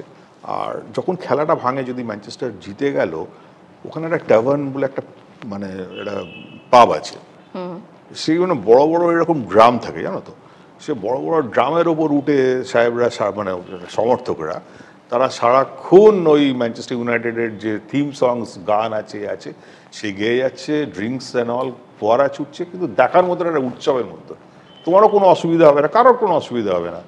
কেউ স্কার্ফ পরে করছে, কেউ মানে তাদের মতন করে তারা মানে অভিজ্ঞতাতে ওইভাবে সেলিব্রেট করছে। ওই সেলিব্রেশনটাও কিন্তু দেখার মতন। After a match when your team মানে জিতে যায়, উইন্স, ওই সেলিব্রেশনটা না বেরিয়ে যারা খুব ফ্যান্স, ওই সেলিব্রেশনটা দেখার মতন। এবং ওখানে যে ট্যুরিজমের, স্পোর্টস ট্যুরিজমের আর একটা কী হচ্ছে, ওখানে না প্রচুর রেভিনিউ জেনারেট হয়। আচ্ছা, প্রচুর সুভেনির শপস আছে, প্রচুর আছে, মানে অ্যাপার্ট ফ্রম দ্য স্টেডিয়ামের ভেতরে তো ক্লাবের তো আছেই, কিন্তু বাইরেও লোকজন তাদের মানে ওগুলোকে নিয়ে বসে আছে। তুমি ইচ্ছা করলে ওখান থেকেও জার্সি কিনতে পারো, ওখান থেকেও কিনতে পারো, এবং নানান রকম ওদের খাবার ফুড এই নিয়ে হচ্ছে আর কি, মানে ট্রলি নিয়ে আসে ওরা, ওই ট্রলিতে মানে ফ্যামিলিজরা আসে, ফ্যামিলিরা নিয়ে এসে ওদের ওখানেই রান্না করছে, মানে খাচ্ছে ওরা যেরকম খায় অ্যাকচুয়ালি, গ্রিল করছে, গ্রিল করে দিচ্ছে, সেখান থেকে তাদের ভালো আর্নিংস হয়। এই যে তুমি এত ট্যুর প্ল্যান করো, ভালো একটা ট্যুরের জন্য আরেকটা জিনিস খুব ইম্পর্টেন্ট সব প্ল্যানিং এর সাথে, সেটা হচ্ছে ফুড। কোনো ভালো জায়গায় ঘুরতে গেলে ভালো খাবার না পেলে আমি মনে করি বাঙালি কেন, পৃথিবীর কোনো মানুষই খুশি হবে না। খাবারটা যদি খারাপ হয়ে যায় তাহলে হয়তো মনটা ভরলো না। তো এরকম কোনো দেশ যেখানে তুমি যেতে চাও শুধুমাত্র সেই দেশের স্পেশাল খাবার খাওয়ার জন্য? মানে এগুলো ডেফিনেটলি আমি যেতে চাই, সেটা আমার কথাটা আমি পরে আসছি। আমি যেটা বলি যে এখন না আমাদের বাঙালি হোক বা যারা ট্যুর যায়, তাদের খাওয়ার মানে প্যাটার্নটা পাল্টে গেছে। আগে ছিল কি যে মানে আমাদের কাছে মেইন ইয়েটা আসছে যে ওখানে আমরা ইন্ডিয়ান ফুডটা পাবো কিনা। এখন কিন্তু ওই কোয়েশ্চেনটা খুব কম আসে। এখন বলে আমরা লোকাল কুইজিনটা কোথায় ভালো পাবো, কোথায় আমরা ইউজ করবো, মানে কোথায় আমরা খেতে যেতে পারি। তো এইটা একটা কিন্তু চেঞ্জ আমরা দেখি, হ্যাঁ সেটা আমরা একটু চেঞ্জ দেখতে পাচ্ছি। কারণ গোটা পৃথিবীতে, স্পেনে যাও, অসাধারণ খাবার আছে স্পেনেতে, মানে গোটা পৃথিবীতে এত ভালো খাবার স্পেনেতে তুমি পাবে, তুমি ভাবতেই পারবে না। তাপাস বলে যে এগুলো হয়, মানে তার সাথে যে খাবার আছে, পায়াস এগুলো সমস্ত ভীষণ ভালো। তোমাকে ওই টেস্টটা আনতে হবে, টেস্ট পার্টটা। আর একটা তুমি ভালো খাবার পাবে হচ্ছে থাইল্যান্ড। যদি আমাকে বলে যে তুমি খাবারের জন্য শুধু কোথায় যাবে, তাহলে আমি বললাম আমি থাইল্যান্ডে যাবো। থাই ফুড স্পেশালিটি কি বলো, তোমার চোখের সামনে একটা বড় ক্র্যাব এনে দেবে, যে ওজন করবে, বলবে যে এই ক্র্যাবটা তোমার চিলি ক্র্যাব করে দেবো, কি করে দেবো তুমি বলো, সেটা তুমি একদম টাটকা পাচ্ছ সেরকম। তারপরে তোমাকে ওই কোকোনাট দিয়ে একটা মানে চিকেন কারি করে, Thai chicken curry, which is my favourite. আচ্ছা। ভীষণ ভালো লাগে। প্রনস আছে থাইতে, ওটা আমার থাইল্যান্ডের কিউজিনটা খুব ভালো লাগে বিকজ অফ আদার রিজনস। আর একটা ধর এই যে হলো না, এবার স্পেনেতে একটা আছে, একটা জায়গা আছে অনেকেই জানে না বা অনেকেই জানে নিশ্চয়ই, পৃথিবীর ওল্ডেস্ট রানিং রেস্টুরেন্ট আছে, 1725-এ রেস্টুরেন্টটা খুলেছে স্পেনে, মাদ্রিদে। আচ্ছা। আমরা আমাদের ক্লায়েন্টকে কি বলি যে দেখুন এটা তো once in a life time, আপনি একটা খেলা দেখলেন, রিয়াল মাদ্রিদের খেলা দেখলেন, কি স্পেনে ঘুরছেন, you must go to that place, that restaurant. It's a huge, it's still running and the food is awesome. জায়গা পাওয়া যায় না। ওই রেস্টুরেন্টের নাম হচ্ছে বটিন বলে, বটিন রেস্টুরেন্টও বলে এটা করে, বটিন। সেটা পৃথিবীর প্রথম রেস্টুরেন্ট এবং ফার্স্ট যে মানে এটা ঘরটাতে খুলেছিল সেটাও এখনো রয়েছে এবং তার মাটি মানে তার নিচে ওয়াইন সেলার আছে, তুমি দেখলে অবাক হয়ে যাবে, মানে এখনো অত বছর পুরনো স্টক রয়েছে।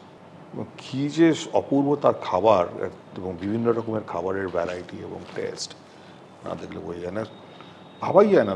পৃথিবীতে এখনো পর্যন্ত that restaurant is functional restaurant. Huge ব্যাপার, হিউজ ব্যাপার, মানে কয়েকশো বছর হয়ে গেল, 300 বছর ধরে একটা রেস্টুরেন্ট, 300 বছর ধরে একটা রেস্টুরেন্ট আছে। এই হারমিস ভয়েজেস আমরা এগুলোকে, this are the thing which we add in our tour actually. ক্লায়েন্টদের মানে তোমরা তোমাদের ট্যুরের সাথে ফুডের যে কম্বিনেশনটা এটা আমরা অ্যাড করে দিই। আচ্ছা, মানে লোককে মানে প্লাজা মায়ুর বলে যে জায়গাটা আছে এতে মাদ্রিদে, এই প্লাজা মায়ুরের কাছে হচ্ছে ওই বটিন রেস্টুরেন্টটা। এগুলো আমরা আমাদের রিসার্চ, আমাদের ট্যুর প্ল্যানের মধ্যে থাকে যে সেই জায়গার অথেন্টিক ফুড বা সেই রকম ধরনের কিছু যেটা এক্স্যাক্টলি। ভিয়েতনাম দেখো, ভিয়েতনামে প্রচন্ড সুন্দর ফুড।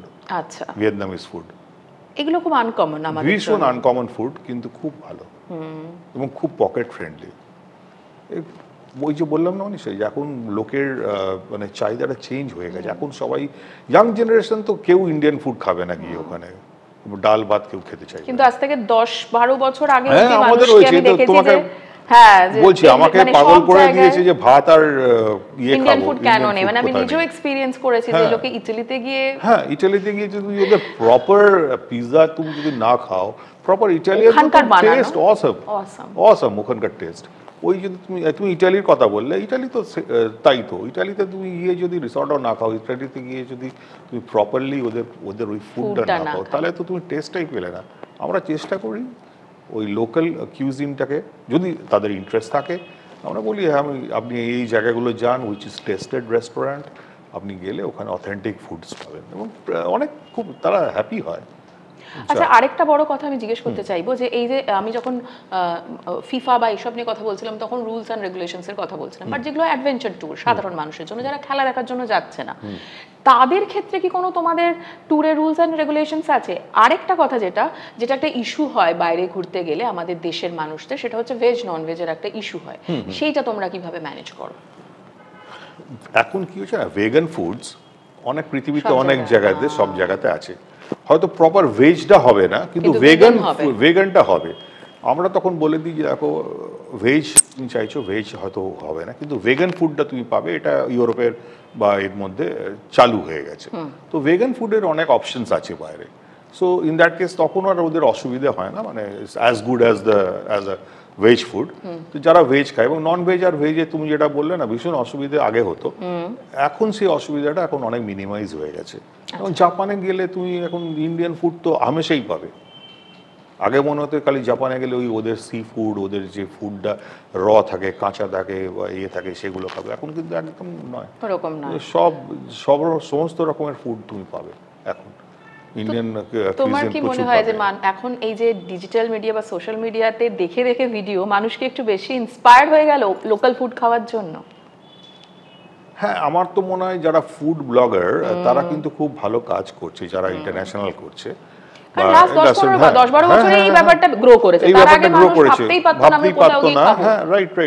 আমার তো মনে হয় যে ডেফিনেটলি তাদের অনেক ইনফ্লুয়েন্স আছে এই যে লোককে মানে জানানোর, জন্য যে এইখানে গেলে অথেন্টিক এই যে ভালো ভালো খাবার দাবার গোটা পৃথিবীতে আছে সেটা আপনারা টেস্ট করে দেখুন। The way they are showing, আরো মানুষের ইন্টারেস্ট বাড়বে, তারা বুঝতে পারবে যে কি ধরনের খাবার খাওয়া যেতে পারে বা কি ধরনের খাবার হবে apart from the Indian food. এর সাথে আরেকটা কথা মনে পড়লো যে এখন তো অনলাইনের যুগ, তাহলে এরকম মনে হতেই পারে যে তোমাদের মতো যে হারমাস ভয়েজেস যে কাজ করে, যারা অফলাইন কাজ করে, তারা এখনো কেন এক্সিস্ট করছে বা কোথায় তাদের ইম্পর্টেন্সটা বেশি? দুটো এক্সাম্পল দেবো আমি, ঠিক আছে? আমার একটা গ্রুপ ইউরো ফাইনাল দেখতে গেছে, আরো অনেকগুলো খেলা দেখেছে। ওরা মনে হলো যে এখন গ্যাপ আছে, আমরা একটা ট্যুর অ্যারেঞ্জ করে দিলাম, ওরা ওখান থেকে পাশের কান্ট্রিতে যাবে খেলা দেখতে, ঘুরতে যাবে, বেলজিয়াম যাবে। তো ওরা ঘুরে টুরে ফিরছে, নেক্সটই হচ্ছে ইউরোর ফাইনাল, টাইম খুব শর্ট, ট্রেনে ফিরছে 2 ঘন্টা 2.5 ঘন্টার মধ্যে ক্রস করে যাবে হচ্ছে। মাঝখানে একটা স্টেশনে ট্রেনটা দাঁড়িয়ে গেল, ট্রেনের ইঞ্জিন খারাপ, ট্রেনটা যাবে না। ওখানেও হয় মেকানিক্যাল ডিফেক্ট, সব জায়গাতে প্রবলেম, সব জায়গাতে হতে পারে। এইবারে আমাদের কাজ হলো সেই ভদ্রলোকদের কি করে আমরা নিয়ে এসে ঠিক টাইমে খেলাটা দেখাবো। এটা তুমি অনলাইনে হলে তুমি কোনোদিন পারবে না, কারণ আমরা সমস্ত রকম রুটস আমাদের থাকে, আমরা সঙ্গে সঙ্গে অল্টারনেটিভ করতে পারি রুটস। আরো কি হয় না, এই যে মাল্টি কান্ট্রিজ, মানে অনেক জায়গায় এখন যারা যায়, তাদের পক্ষে না এই অনলাইন দেখে প্ল্যান করা খুব ডিফিকাল্ট হয়।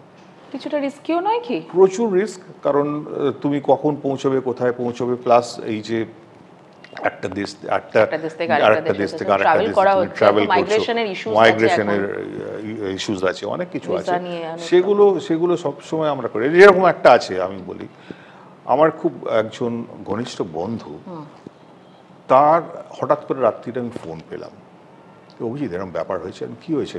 বলে আমার মেয়ে আর জামাই একটা জায়গাতে বাইরে স্ট্যান্ডার্ড হয়ে গেছে, তারা কিছুতেই গ্রিসে ঢুকতে পারছে না। কেন? হানিমুনে গেছে, তাদের হানিমুনটা নাইটমেয়ার হয়ে গেল, বেলগ্রেডে ঢুকতে পারছে না, কোথাও ঢুকতে পারছে না, তাদের হানিমুনটা নাইটমেয়ার হয়ে গেল। এইবারে মানে যারা ভিসাটা করে দিয়েছিল, তারা সিঙ্গেল এন্ট্রি ভিসা করে ছেড়ে দিয়েছে। ও মাই গড, এইটাই হচ্ছে অসুবিধা। তারা সিঙ্গেল এন্ট্রি ভিসা করে ছেড়ে দিয়েছে, তারা জানেই না যে তারা তার ট্যুর প্ল্যানটাই ভালো করে হয়তো দেখেনি বা পড়েনি, বা তারা ওই রকমভাবে করেছে। তো এইটাই তো ডিফারেন্স। তারা ওই রাত্রিবেলা ওই ঠান্ডাতে তারা ওখানে আটকে আছে, বাচ্চা ছেলে মেয়ে, হানিমুনে গেছে, তুমি চিন্তা করো, ইয়াং কাপল, ভেরি ইয়াং কাপল। তো দিস ইজ দ্য চ্যালেঞ্জ। এগুলো যেটা তোমাদের অলওয়েজ কেউ প্রেজেন্ট থাকছে, যারা ফিজিক্যালি অনলাইন সব সময় আমাদের, মানে অনলাইন মিন্স ফোনে সব সময় আমাদের সাথে তাদের যোগাযোগ থাকে। কোনো ট্যুর রিলেটেড প্রবলেম যদি হয়, আমরা সেটা সঙ্গে অল্টারনেটিভ ব্যবস্থা করি। কারণ আমাদের কাছে তুমি ধরো অনলাইনে হোটেল বুক করতে গেলে 50টা হোটেল দেখতে পাবে, আমাদের কাছে সেখানে 5,000 হোটেল আছে, হোটেল চেইনসের সাথে আমাদের টাই আপ আছে। আমরা মানে বিশেষ করে আমি প্রত্যেক বছর চেষ্টা করি যেতে WTM লন্ডন, আমাদের একটা ট্রেড ফেয়ার হয় WTM লন্ডনে, আমি চাই, মানে গেট অ্যান ইনভিটেশন। আর ITB বার্লিনে যাই, সেখানে পৃথিবীর সমস্ত তাবড় হোটেলসরা এবং ট্রান্সপোর্ট কোম্পানিরা, ইউরো রেলের বড় বড় মানে এজেন্টসরা সব আছে সেখানে। আমাদের আপগ্রেডেশন হয়, আমাদের সাথে তাদের কোলাবোরেশনস থাকে। এই যে তুমি বলছো গোটা পৃথিবীতে আমরা ট্যুর করবো, কোথায় বসে আছি তো কলকাতাতে, ঠিক আছে, কি তুমি এত লন্ডনে বসে আছি, তুমি ট্যুরটা তো করতে পারবে না। তো সেই ওই ফেয়ারগুলো, বড় দুটো ফেয়ার, ট্রেড ফেয়ার, গোটা পৃথিবীতে সব থেকে দুটো বড় ট্রেড ফেয়ার আমরা রিলিজিয়াসলি অ্যাটেন্ড করি। এবং আমাদের যারা পার্টনার্স আছে, চ্যানেল পার্টনার্স, তাদের সাথে আমাদের ওখানে টাই আপস আবার হয়, এবং তারা বলে যে বিভিন্ন জায়গাতে আরও এই হোটেলসগুলো আমাদের বেড়েছে। সুতরাং ওই হোটেলের মানে কন্ট্রাক্টসগুলো, ওই হোটেলের পোর্টালসগুলো আমাদের কাছে সবসময় রেডি থাকে। এরকমও হয়েছে, একজনরা গেছে ভিয়েনাতে গেছে 5-star hotel, mind it, 5-star hotel, I will not name the hotel.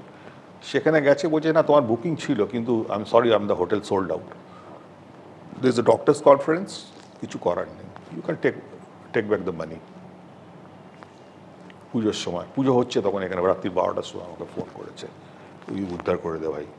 সে হচ্ছে না, শোনা উদ্ধার করে দেয়। কি দেশ হয়েছে? বিদেশ বিভুঁইয়ে একদম বলছে আমি মানে বউ ছেলে নিয়ে রাস্তায় দাঁড়িয়ে দাঁড়িয়ে আছি। আছি এই সিনেমার ভিয়েনাতে। ঘটনা, সিনেমার ঘটনার মতো। ভিয়েনাতে। তখন আমার এখানে রাত্রি 12টা বেজে গেছে, কিন্তু টাইম ডিফারেন্সের জন্য।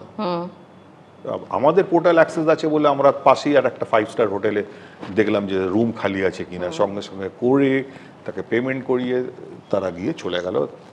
সেফ তো হলো রাস্তায় দাঁড়িয়ে একদম। থেকে। নাহলে তো তারপরের কি দিন করবে? আবার হোটেল ওদেরকে অ্যাপোলজি করছে, কিন্তু অ্যাপোলজি করলে কি হবে? সেই রাতটা কিভাবে সেই রাতটা সে কিভাবে কাটাবে? সে তো ফার্স্ট টাইম নেমেছে ওখানে রাইট। ভিয়েনাতে। তো এইটা না, তুমি যেটা বললে যে এটা অনলাইনে যারা করেন, আমি বলবো না যে সবসময় হয়, কিন্তু আমরা এই জন্যই মানে আছি।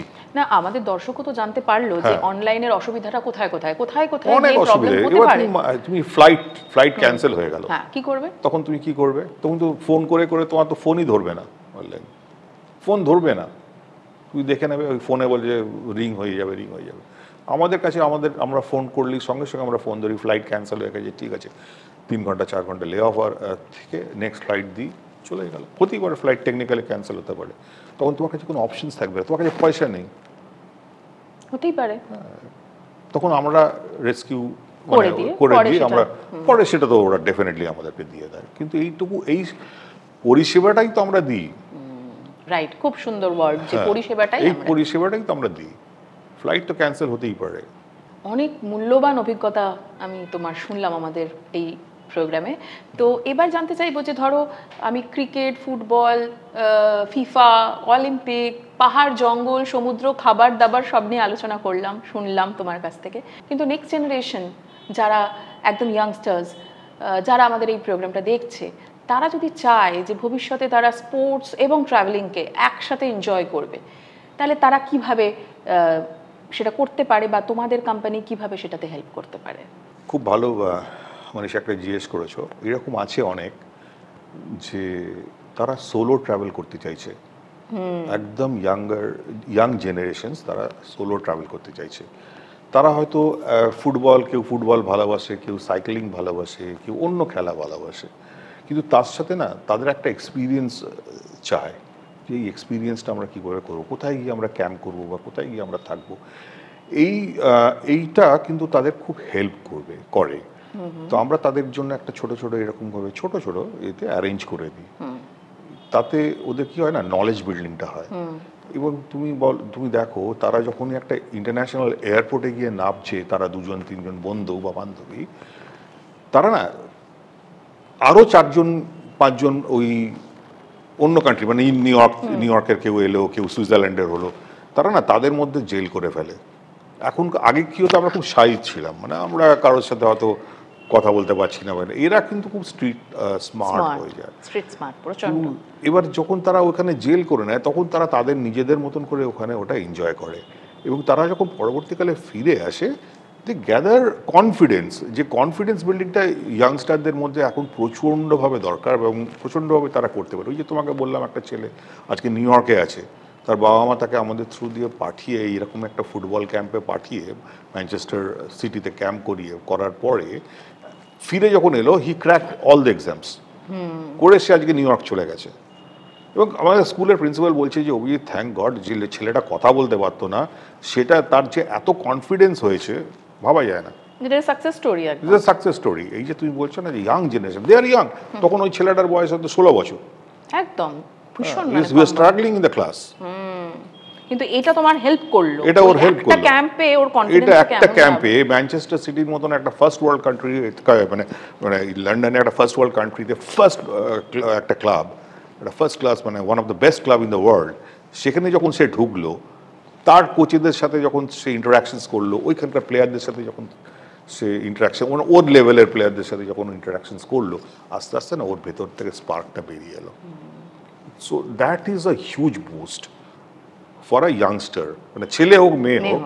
মেয়েদেরও তো, মেয়েরাও গেছে গিয়ে যখন মানে ওরা দেখে, ক্রস করে, মানে কান্ট্রি ক্রস করে, এয়ারপোর্ট ক্রস করে, দে অটোমেটিক্যালি বিকাম কনফিডেন্ট। কারণ কি দেখো, কোনো এয়ারপোর্টে তো অ্যানাউন্স হয় না কোন ফ্লাইটটা, কানেক্টিং ফ্লাইটটা নিতে হবে। আমরা তো এখান থেকে বসে ওকে বলতে পারবো না, আমরাও জানি না যে কোন টার্মিনালে ফ্লাইটটা দেবে। অনেক জায়গায় অনেক কিছু ফেস করতে হয়, সুতরাং ওকে ওই টার্মিনাল গিয়ে বিরাট বোর্ড থাকে, আর ওই ধরো তুমি দুবাইয়ে নামলে, you'll get lost, you will get lost. আজকে যদি একটা 17 বছরের 16 বছরের ছেলে বা মেয়ে হট করে গিয়ে দুবাই নামে, সে কোনোদিন যায়নি তার প্যারেন্টসদের সাথে, তখন কিন্তু তার পক্ষে খুব ডিফিকাল্ট হয়।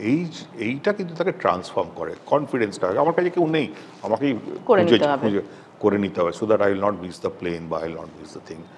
এইটা আছে। তারপরে তাকে ইমিগ্রেশন ক্রস করা, তার কোয়েশ্চেন্স আনসার্স করা, সো এটা করে মানে সে অনেকটাই সে ট্রাভেলিং সবচেয়ে ভীষণ কনফিডেন্স দেয় ট্রাভেলিং সব থেকে বেশি। এবং সব থেকে বেশি আরও একটা জিনিস তাদের মধ্যে করায় যে এই যে নানান দেশের নানান কালচারটা, তারা এই কালচারটার মধ্যে তারা ইনভাইট হয়ে যায়, যে দেখে যে দেখো কালচারটা কত সুন্দর ভাবে তারা নিতে পারে, তারা অন্য একটা কালচার তারা দেখতে পায়, সেখানকার ফুড তারা টেস্ট করতে পারে। এখনকার তো খুব ছেলেমেয়েরা বাচ্চা বাচ্চারা খুব ফুডই হয় না, তারা নিজেরাই রান্না করতে পারে মাস্টার শেফ দেখে ডেকে, তারা বিভিন্ন মার্কেটে ঘুরতে পারে, দেখতে পায়।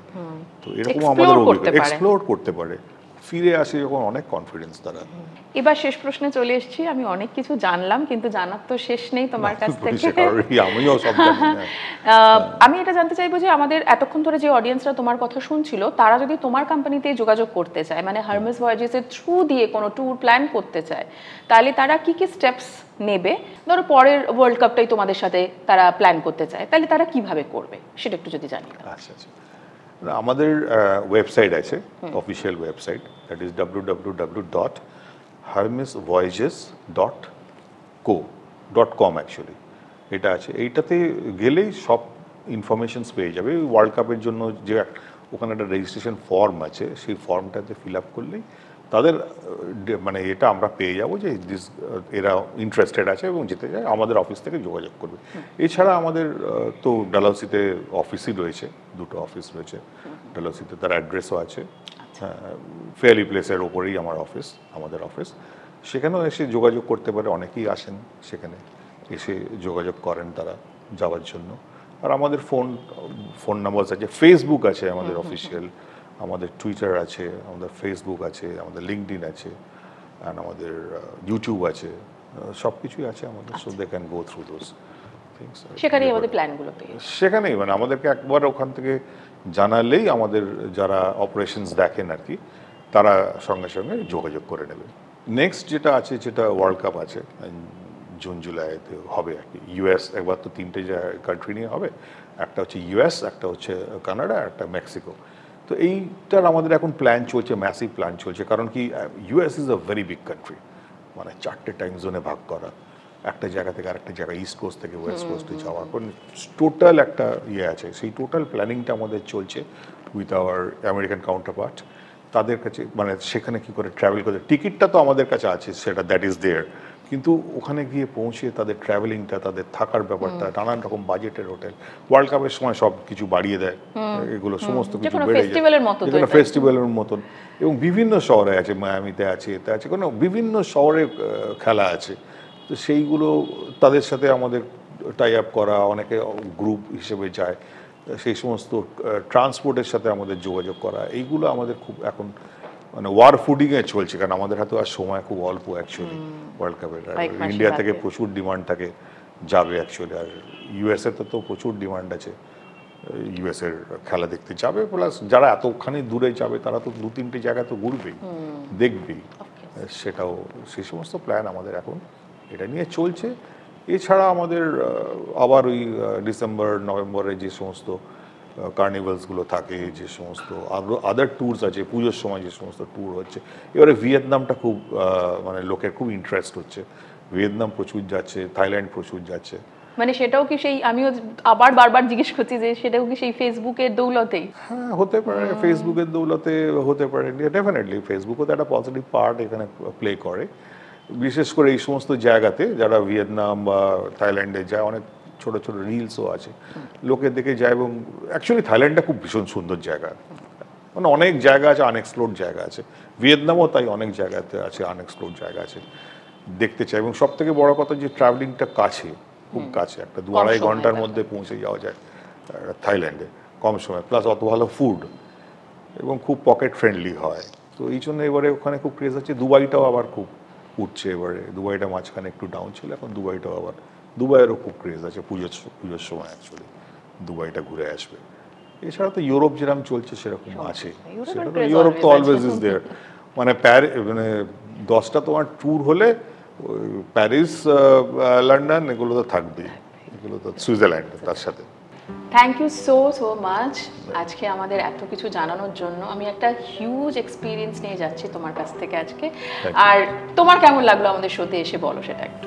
আমার তো ভীষণ ভালো লাগে, ইজ দ্য ফার্স্ট টাইম আমি কখনো এরকম শোতে আসলাম আর কি, বা আমারও কিছু অভিজ্ঞতা শেয়ার করতে পারলাম যেগুলো ছিল আমার মানে মধ্যে অ্যাকচুয়ালি, সেগুলো শেয়ার করতে পেরে তোমাদের সাথে শেয়ার করলাম। দর্শকদের যদি ভালো লাগে ডেফিনেটলি খুবই ভালো লাগবে। আমার যা এক্সপিরিয়েন্স মোটামুটি যেটুকুনি গ্যাদার করেছি আমার এই মধ্যে, যতটা পারলাম তোমাদের সাথে শেয়ার করলাম, বললাম আর কি। কিন্তু আমার ভীষণ ভালো লেগেছে তোমাদের এটা। তাহলে শুনে নিলেন তো যে মেসিকে যদি লাইভ দেখতে হয়, নেক্সট ওয়ার্ল্ড কাপ কবে কোথায় হচ্ছে সেটা যদি জানতে হয়, তাহলে হারমিস ভয়েজেসের স্বপ্ন পূরণের ওই টিকিটটা কিন্তু কাটতেই হবে। লাইক, শেয়ার আর সাবস্ক্রাইব করুন আমাদের চ্যানেলকে, আর আমাদের কমেন্টে লিখে পাঠান যে আপনাদের নেক্সট স্বপ্নের ট্রিপ কোনটা হতে চলেছে। ততক্ষণ দেখতে থাকুন জিও বাংলা। নমস্কার।